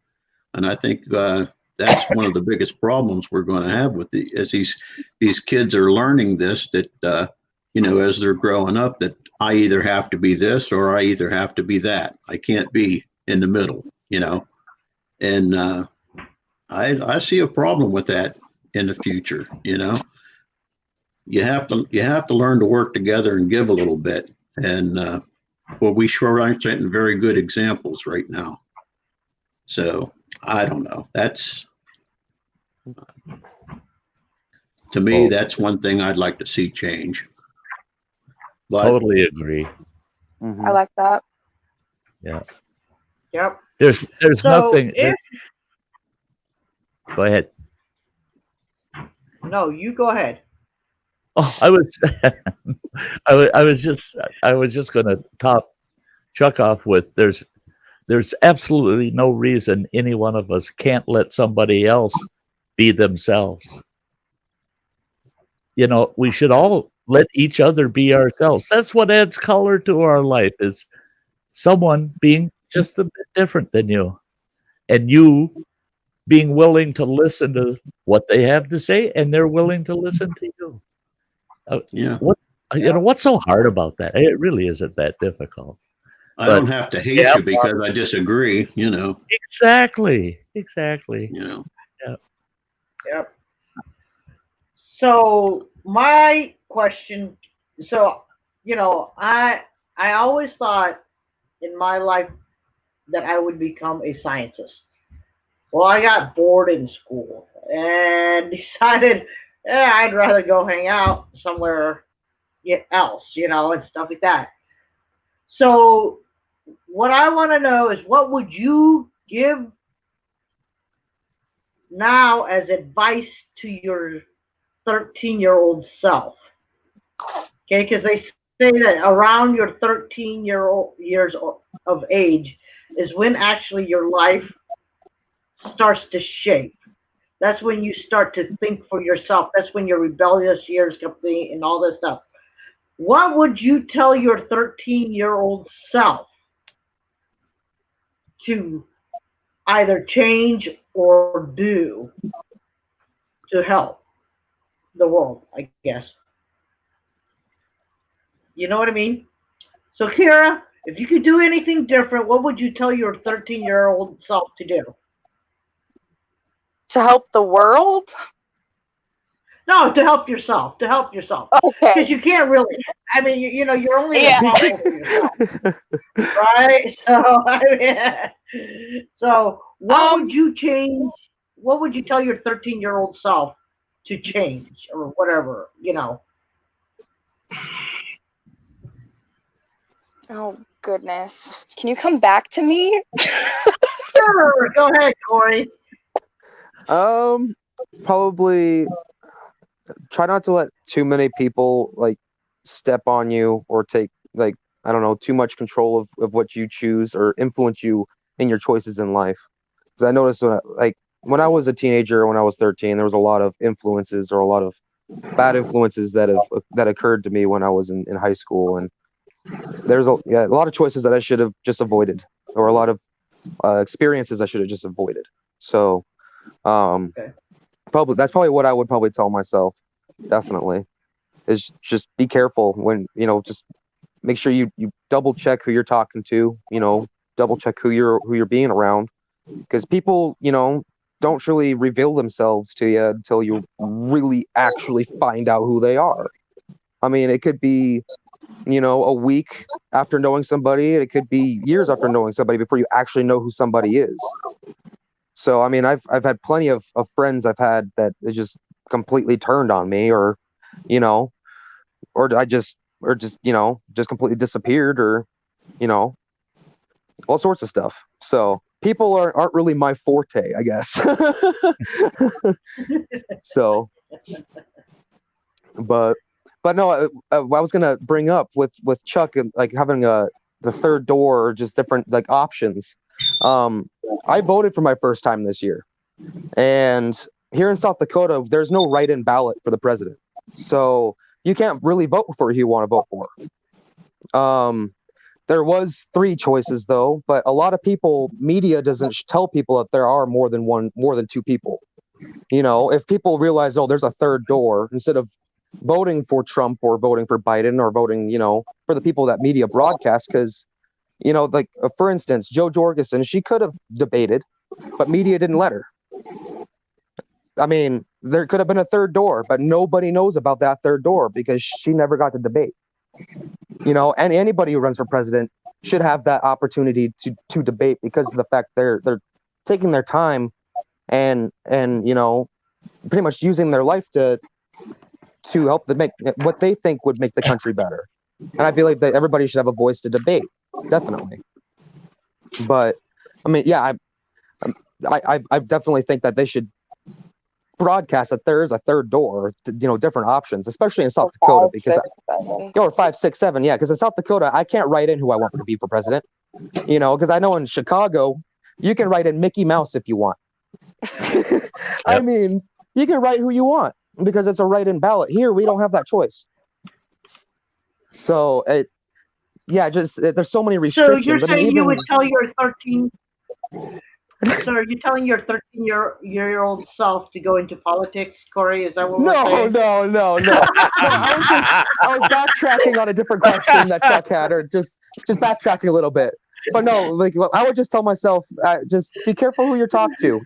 Be careful with the experiences and all the sort of stuff that you get involved with, because, I mean, a lot of choices can jurisdict what happens in the future. And I admit I've made a few bad ones, and I've made some pretty decent good ones that have shaped what I've become today.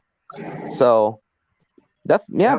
I mean, still with me, I mean, asking a 13-year-old, that's not that far apart for me, because I mean that was only 10 years ago for me.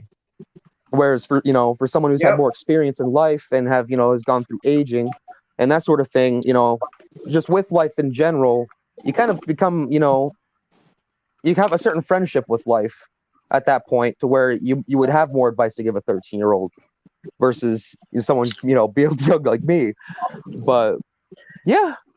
Well, that's why I have every generation on here, right? Oh yeah, exactly. I love that. Exactly. No, yeah, it's cool. Yeah. So, Kara, do you have an answer yet, or do you want me to have Willie go next? I think I probably would have told myself to work smart and not hard. That's something that I learned as an adult. I worked really, really hard. Not like in a job setting, but like with family relationships or social relationships or my grades. I worked really, really, really, really hard and didn't have time to slow down and actually figure out how to do things. And then when I got out on my own, which was way earlier than expected, I didn't know how to do anything except for write an essay. And that's what I would have told myself, is work smart. Smart as in how things work, not how you're going to get a good grade or be somebody's favorite or stay out of trouble. That's what I would have. I would have told myself to experience more in a smart way and not just work hard. Come here. So, Willie, what have you done or told yourself? I have a couple things.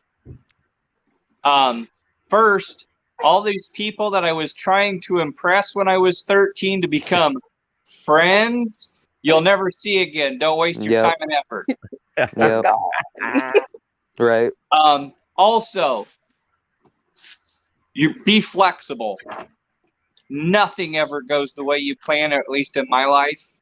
Be very flexible. Be open to different ideas. Just, it's never black and white. There's a lot of gray. Also, hoard all the old pickups and tractors you can. Them things are going to be worth a fortune.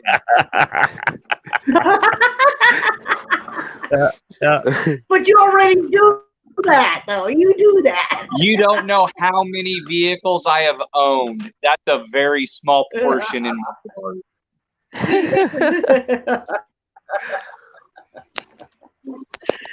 All right, Chuck, what about you? Willie stole my line. I was going to say if I was 13, I'd tell myself, when you buy that 65 Plymouth Satellite in a few years, hang on to it. But my dad still has a 66 Chevelle in my garage. There you go. But I think if I was 13 again, I would tell myself to open up a little bit more and not be as shy and backward as I was. I think I missed a lot, just being kind of backward and shy and stuff like I am now. So, but So I think, shy, Chuck. that would have been my advice to myself. How about you, Sty?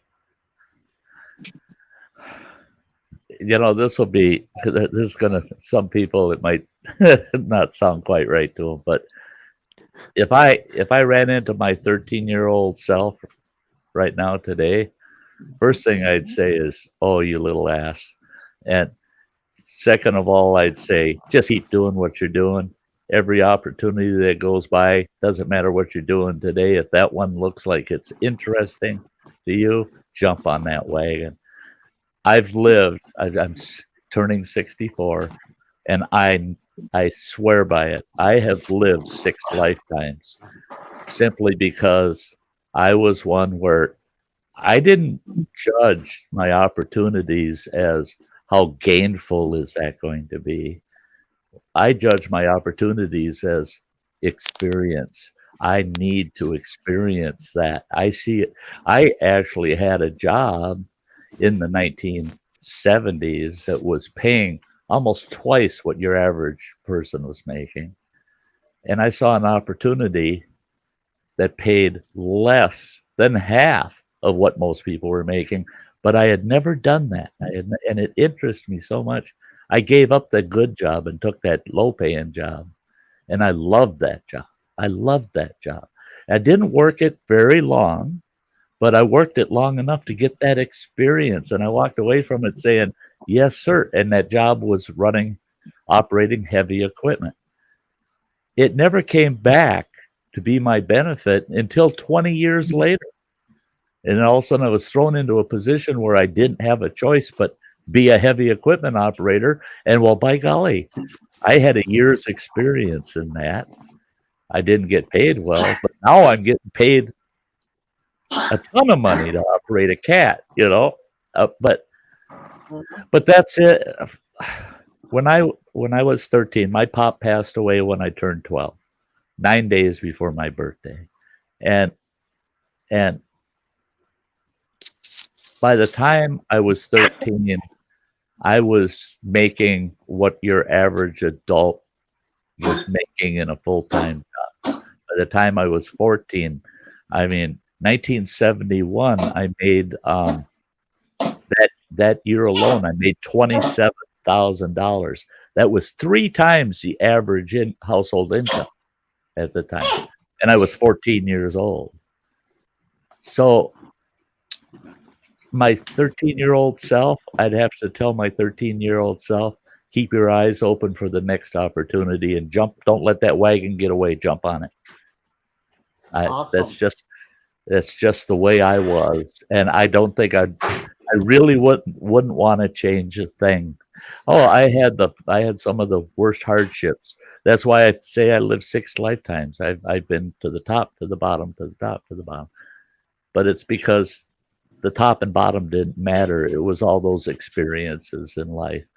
Don't go through your whole life regretting that you never got brave and put a pair of skis on and went down the hill. Heck, if you fall on your butt 30 times on the way down, do it at least once to say, I went downhill skiing. Don't pass up life. Don't. I love it. I see Thack out there deer hunting, turkey hunting, and she's fishing and she's doing all those things. You know how many people sit back and say, gosh, I'd really like to do those things.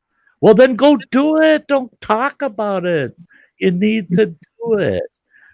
Those are life's treasures. That's the one thing nobody can take away from you, are all of your past experiences. So treasure them, And so my 13-year-old self, stay the way you are. You're doing good, boy. Yeah.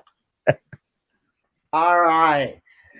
So I think I want to wind things down a little bit. So here's what I want to hear next. So you already know, because it's your life. That's why you went back to that, right? So what do you guys think? I'm gonna let you just say whatever you want to the people out there of your generation to try and help be better. So you're talking to people of your generation, Kara and Corey. What do you want to tell them? Or what advice can you give them? Just because you have your own pair of shoes on and you're not wearing somebody else's shoes doesn't mean you shouldn't pretend like they don't have shoes on. So put yourself in other people's shoes. Yeah. Awesome. Just awesome. Understand that everyone has their own story, their own reason why they react or make choices, and those aren't yours. Okay. Corey? Yeah, I definitely agree with Kira with that. Being in a small town back in Montana, everyone kind of acted like high school kids. Pretty much, if their life, it almost seemed like their life was all so perfect, they had to get involved in yours.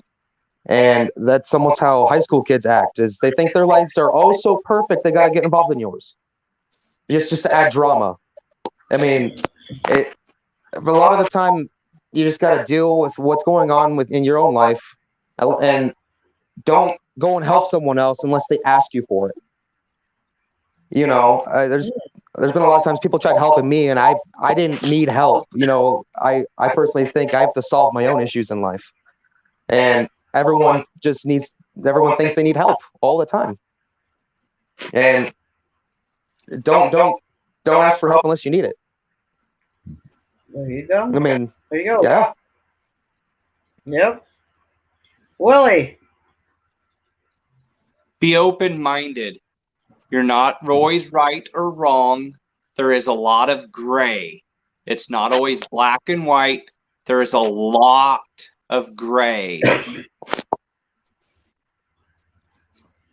That very good advice, Willie. Very good. Chuck?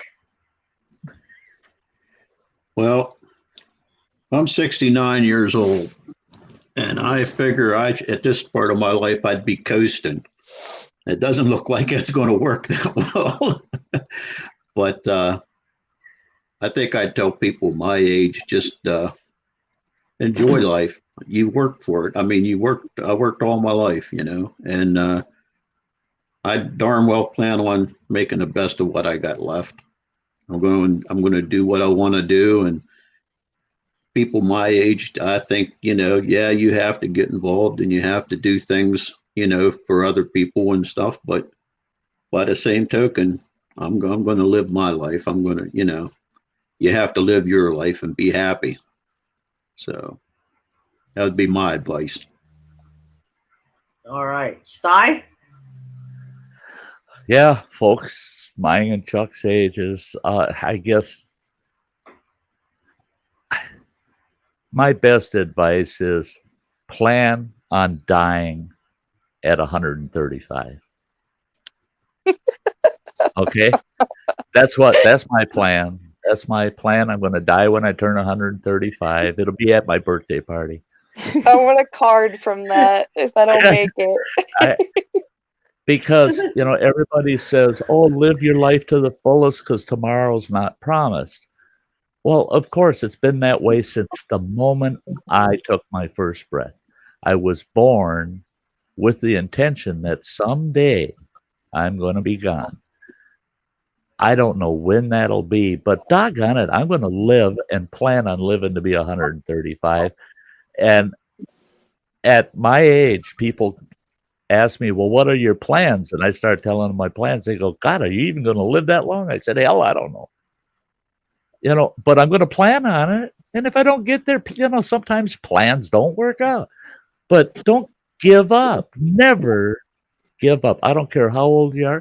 I don't care if you're bedridden. I don't care if you're stuck in a wheelchair. Don't give up. Don't ever give up.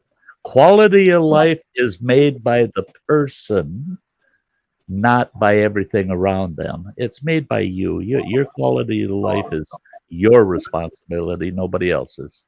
Don't expect other people to make you happy. Make yourself happy and become your own best friend and live to be 135. That's it. Awesome. Yep. And awesome. Look at this shade of gray, eh? Yeah. One thing I was going to add was life is too short to. Wait, I was going to say life is too short to fuss about the little things. Yeah. I mean that pretty much in conclusion. So. Yeah. That's it. The little things.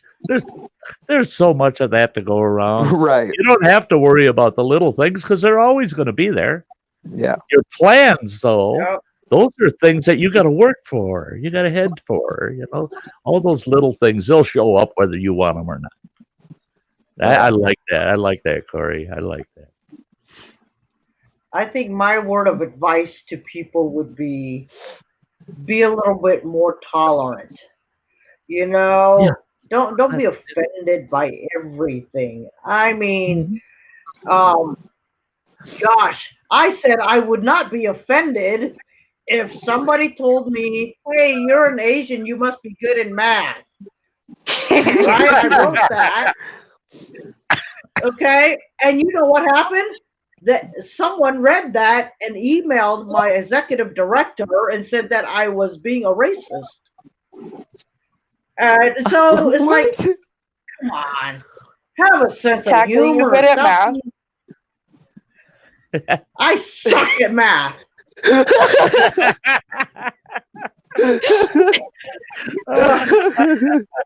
my word of advice is laugh a little more or be less offended by everything. Get over yourself. Get over yourself. You really are not as important as you think you are. I mean, come on. Right. I mean, there's billions of people in the world, and if you happen to be the one lucky person that wins the lottery where you can make some change, yeah, then you can pump yourself up. But until then, be more tolerant of others. God, have a sense of humor, right? And you know what? Live your life now. Live your life now. Don't worry about the other people. Don't worry about the other people. Worry about yourself. So, guys, I want to thank you guys. You guys have been a great panel. This conversation, I can't believe it's gone over 2 hours.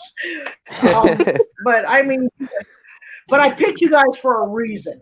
I picked you guys because I have the utmost respect for all 5 of you. I mean, Willie, I see him a lot because I like hanging out with him. I would hang out with all of you more if you guys were closer. I love spending my time with all of you guys, and I want to thank you all. You guys have been a great panel, and I probably will reach out to each of you again someday.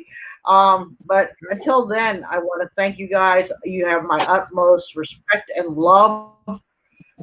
Folks out there, if you guys did not check the description box, I have put everyone's links other than Kara's link because she doesn't do videos. But Corey, hopefully you'll start doing videos soon. I know life has been busy for you during this.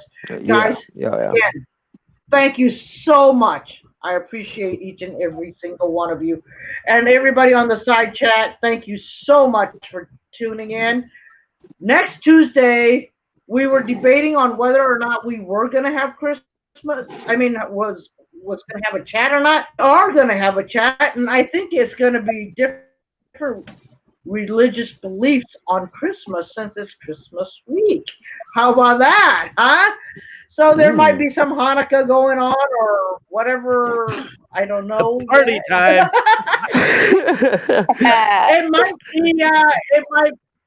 It might be a no topic Tuesday like we did last week. Willie and I just kept rambling on, and everybody listened to us. That was great. I had to watch it. All right. Good night, guys. Good night. Our privilege. Have a good night, guys. Thank you.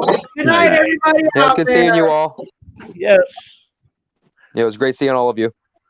Yes, it was our privilege. Oh.